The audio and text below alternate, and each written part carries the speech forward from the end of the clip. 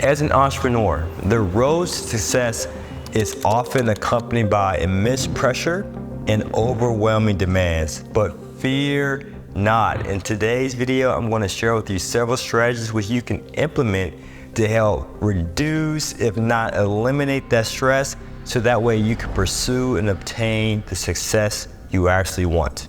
Let's jump into it. Oftentimes, stress tends to accumulate because we don't have a way of releasing it. And two, there's a lack of priorities, all right? Especially when it comes to self-care. And let's talk about that because I want to tie in both of those. Like the good book says, right? One of the things you always want to do is you want to rest, right? Because according to Genesis, God took 6 days to create the earth, and the 7th day he realized it was good and he rested.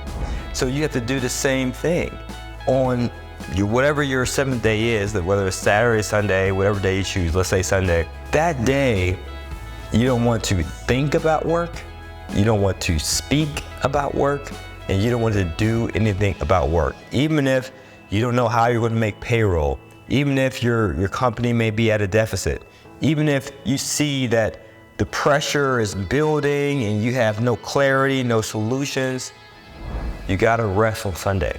Because on that time, that day and time, especially if you're a spiritual person, you have to switch your mindset and really start focusing on your faith and spirituality.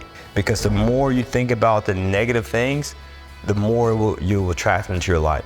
So you have to spend time, at least once a week, to disconnect it from work and reconnect with the other things in life that hold true value and are of the utmost importance.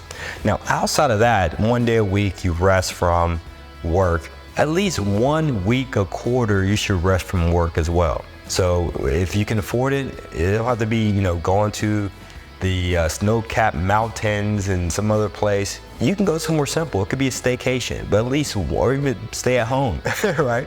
But just 1 week a quarter, just disconnect. Spend time with those people that matter, your family, your friends, and just think about them, spend time with them, but not thinking about work, not doing work, not speaking about work. And then last, I want to share this. You want to prioritize the people that are important in your life, your families and friends. So one of the things my wife and I decided to do before we got married, we decided that, hey, we wear different hats. So it's important that we have a certain day for those different hats. We have different roles. So for instance, she was an individual before she met me. Before she became a mom or a wife, she was her own person. So we can't let that part of her die out. So I said, hey babe, 1 Saturday a month, let's say the first Saturday, that's your time. You do your time, boo. That's you. So from 2 to 8 or 2 to 10 p.m., 8 hours, do whatever you please. You want to get your hair done, your nails done, kick it with your girlfriends. You want to go have a drink, you want to go to a restaurant. You want to hang out with me? Hey, I'm cool. Whatever you want to do though, it's your decision. You have full autonomy and control. You do your thing, have fun. And then the second Saturday of the month, family and friends day. Whether your family, my friends, your friends, my family, we'll get together, we'll plan it out, and have a great time. Third Saturday of the month will be our time. We're going date night. Have the babysitter in place or grandma or aunties in town, they can watch the kids. Then you and I will have a great time. And the last Saturday of the month will be my time. I get to do whatever I please. I can eat 50 donuts, go watch 18 movies if the time allows for it. Whatever I like to do, I get to decompress, relax, and have fun. And so I share that with you because you have to do the same thing in your life.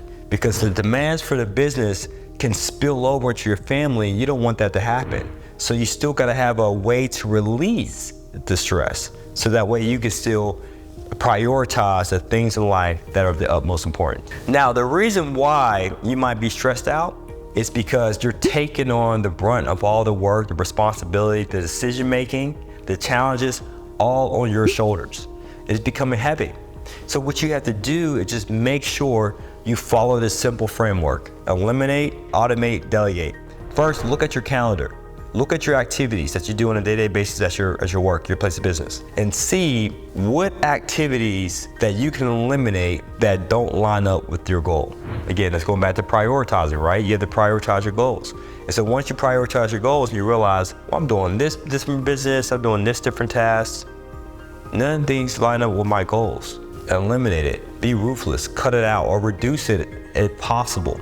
And the second thing you want to do is after you eliminate some tasks, okay, what can I automate? Perhaps I'm doing tasks that there's a piece of technology that can do on my behalf. And if I can just get that technology, woo, that could save me 3 hours a day, 5 hours a week, and focus on automating things. And then the last, delegate.